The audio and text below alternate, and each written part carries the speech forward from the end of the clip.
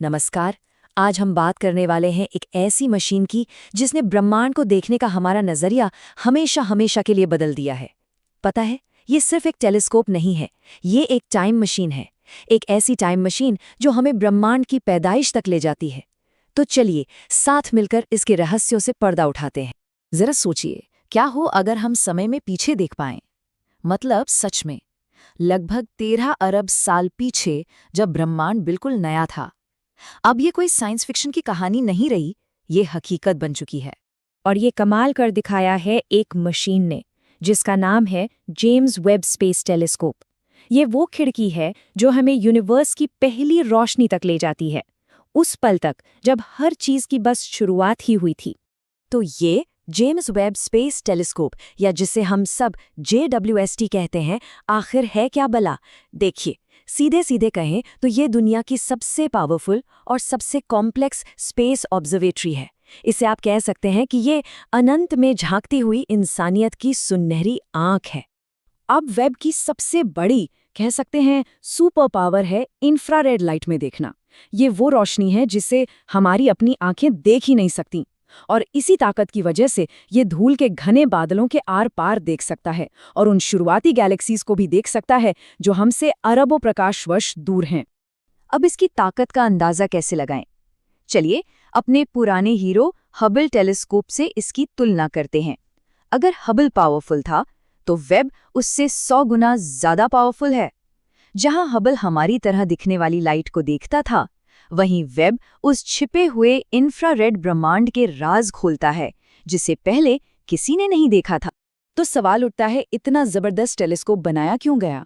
देखिए, इसके 3 बड़े और बहुत ही एम्बिशियस लक्ष्य हैं। पहला तो ये कि बिग बैंग के फौरन बाद बनी सबसे पहली गैलेक्सीज को देखा जाए। दूसरा, धूल के बादलों में छिपे हुए सितारों और ग्रहों को जन्म लेते हुए देखना। और तीसरा, दूसरे ग्रहों पर जीवन के केमिकल निशान खोजना। लेकिन ये सब करने के लिए इसे बनाया कैसे गया? सच कहूं तो इसकी इंजीनियरिंग किसी जादू से कम नहीं है। ये एक ऐसा कमाल है जिसे बनाना नामुमकिन सा लगता था। सबसे पहले तो ये सोचिए कि ये हमसे कितना दूर है। 15 लाख किलोमीटर। ये कोई पड़ोस की सैर नहीं है। ये स्पेस में एक खास जगह पर है जिसे L2 पॉइंट कहते हैं, जहां सूरज और पृथ्वी की ग्रेविटी इसे एक जगह टिकाए रखती है ताकि ये अपना काम शांति से कर सके। अब बात करते हैं वेब की आंख की, जो कि एक 6.5 मीटर का विशाल आईना है। ये 18 हेक्सागोनल टुकड़ों से बना है, जिन पर सोने की एक पतली परत चढ़ी है। जी हाँ, सोने की, क्योंकि सोना इंफ्रारेड लाइट को सबसे अच्छे से रिफ्लेक्ट करता है। और ये इतना बड़ा था कि इसे ओरिगामी की तरह मोड़कर रॉकेट में भेजा गया और फिर स्पेस में खोला गया। इंफ्रारेड देखने के लिए इस टेलीस्कोप को बहुत बहुत ठंडा रहना पड़ता है। कितना ठंडा? -230 डिग्री सेल्सियस। मतलब इतनी ठंड जिसकी हम कल्पना भी नहीं कर सकते। अगर ये जरा भी गर्म हुआ तो इसकी खुद की गर्मी ही उन धुंधले सिग्नल्स को खराब कर देगी जिन्हें ये देखने की कोशिश कर रहा है। तो इसे इतना ठंडा रखता कौन है? एक 5 लेयर वाली सनशील्ड, जो कि एक टेनिस कोर्ट जितनी बड़ी है। सोचिए, स्पेस में एक टेनिस कोर्ट के साइज का छाता। यही शील्ड सूरज की गर्मी को रोकती है और टेलीस्कोप के दिल को ठंडा रखती है। और सबसे मुश्किल हिस्सा तो इसे स्पेस में जाकर खोलना था। ये कोई आम छाता खोलने जैसा नहीं था। इसमें 300 से ज्यादा स्टेप्स थे, एक के बाद एक, और हर स्टेप को बिल्कुल परफेक्ट होना था। ये स्पेस में की गई अब तक की सबसे मुश्किल कोरियोग्राफी थी। और जानते, सबसे डरावनी बात क्या थी? अगर उन 300 स्टेप्स में से सिर्फ एक भी गड़बड़ हो जाता तो बस खेल खत्म। पूरा मिशन, अरबों डॉलर, सब स्वाहा। इसका कामयाब होना सच में इंजीनियरिंग की एक बहुत बड़ी अविश्वसनीय जीत थी। तो इतनी मेहनत, इतना रिस्क, इसका इनाम क्या मिला? चलिए अब बात करते हैं उन हैरत अंगेज खोजों की जो ब्रह्मांड के बारे में हमारी सोच को ही बदल रही हैं। वेब ने टाइम में इतना पीछे देखा है, इतना पीछे कि उसने बिग बैंग के सिर्फ 30-40 करोड़ साल बाद बनी गैलेक्सीज को ढूंढ निकाला है। पता है इसका मतलब क्या है? इसने तो साइंटिस्ट्स की सारी पुरानी किताबों पर ही सवाल खड़ा कर दिया। पहले लगता था कि गैलेक्सीज बनने में बहुत वक्त लगता है, पर ऐसा नहीं है। और पहली बार, जी हाँ पहली बार, हम गैस और धूल के उन घने बादलों के अंदर देख पा रहे हैं जहां नए सितारे और ग्रह पैदा हो रहे हैं। ये तारों की नर्सरी हैं, जिन्हें देखना पहले नामुमकिन था। वेब हमें दिखा रहा है कि सितारे कैसे बनते हैं लाइव। लेकिन शायद सबसे ज्यादा एक्साइटिंग खोज तो ये है कि वेब ने दूसरे सूरज के चक्कर काट रहे ग्रहों यानी एक्सोप्लैनेट्स के वायुमंडल में झांका है। और वहां क्या मिला?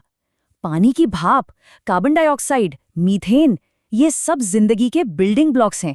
ये इस बात का इशारा है कि जिंदगी की संभावना वहां हो सकती है।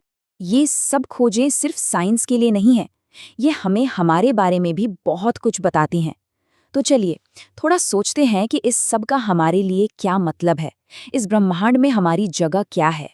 तो आखिर इन सब का मतलब क्या निकलता है? ये जो कमाल की तस्वीरें और डेटा हम देख रहे हैं, ये हमें क्या सिखाना चाहते हैं? देखिए, ये टेलीस्कोप सिर्फ सुंदर सुंदर तस्वीरें नहीं भेज रहा, ये हमारे ईगो को, हमारे घमंड को कम कर रहा है। जब कोई अरबों गैलेक्सीज देखता है, जिनमें से हर एक में अरबों सितारे हैं, तो एहसास होता है कि हम कितने छोटे हैं। असल में विज्ञान हमें विनम्र होना सिखाता है।